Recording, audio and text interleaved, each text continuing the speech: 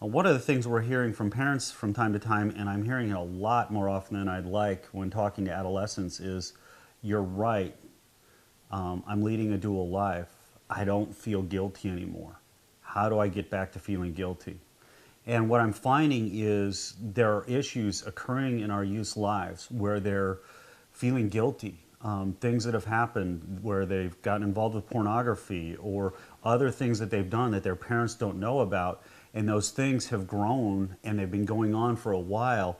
And they get to the point of really numbing out. Their heart just kind of goes numb and they stop feeling guilty altogether. And when these guys and gals come up to me and they're age 14, 15, 16, 17, and they're saying, you're right, I don't feel guilty anymore. How do I get back to feeling guilty?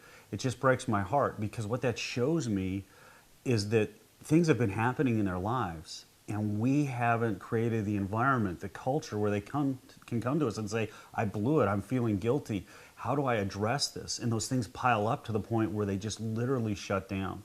So when I sit down and talk with a youth that's dealing with this situation, lots of times it's just listening. It's listening and letting them begin to expose those failures, those things that used to make them feel guilty, and letting them get them off their chest. It's also a process of helping them begin to reflect on who they were before and why those things made them feel guilty, and helping them rediscover their sensitivity, bringing that heart back to life by listening, by having them reflect and saying, okay, where are you today? What do you think of yourself today? Where were you then? And how did you think of yourself then? And beginning to help that heart recover and begin to feel alive again. And then when that happens and things have been lifted off that have been piling up on the inside, that heart comes back to life. And that sense of right and wrong and that sensitivity and even their relational connections seems to be rebirthed as well. So if you're sensing that your kid isn't responding as you make changes, it may be because there's this cloud that's getting in the way.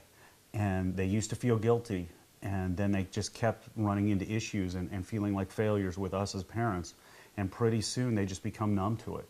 And then we see that numbness, and we normally want to come down on them more, which just unfortunately drives things further in the wrong direction.